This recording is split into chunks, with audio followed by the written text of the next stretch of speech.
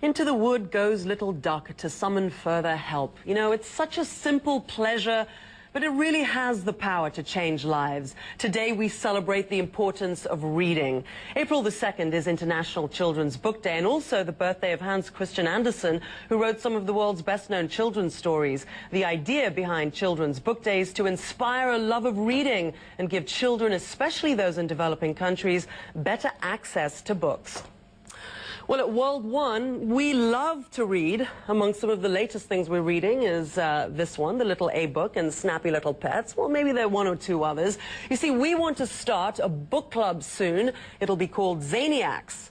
Some of our team's favorite children's books are Harry Potter, Winnie the Pooh, The Tiger Who Came to Tea, Alice in Wonderland, and James the Giant Peach. Joining me now from Los Angeles is the author Cornelia Funke.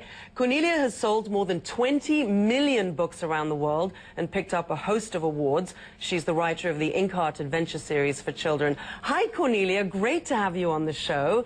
What is it that children are looking for in a book today that adults are not?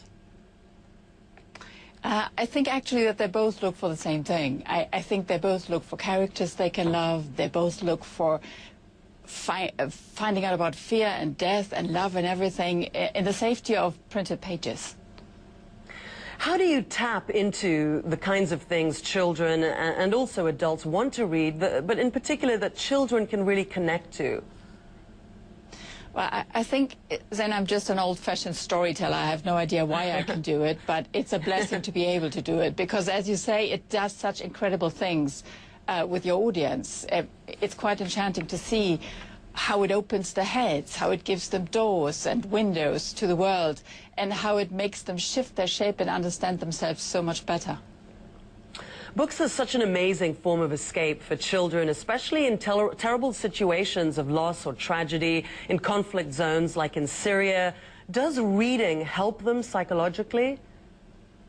Yeah, interestingly, it really does. I've had very touching letters from children in cancer wards, and I have letters from soldiers who say what a book means, that it means shelter. But on the other hand, it also has to take life very seriously. Children want to find fear and death in a book. You just have to make it nevertheless the feeling that they can handle it. What about your own personal experiences, like, you know, with people that have read your book around the world and are in conflict zones? Has it helped them? Yeah, it is amazing. I've had letters from people who have been in abusive family situations and said they found shelter and the feeling that there is a safe place and love in a book. I have letters from soldiers, I had letters from dying children who told me that they find comfort in a story that makes you feel, oh my God, I have to be very passionate about what I'm doing. How do you get children today really passionate and interested in reading, you know, versus Xbox and Apple TV and all other kinds of media? How do you get their nose into a book? Well, of course, it starts with parents reading aloud, teachers, passionate librarians.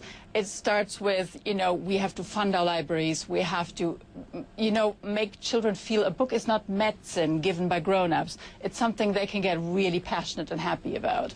But what I also do is at the moment that I also work with the new media, like developing apps, for example, to open story for children in many media.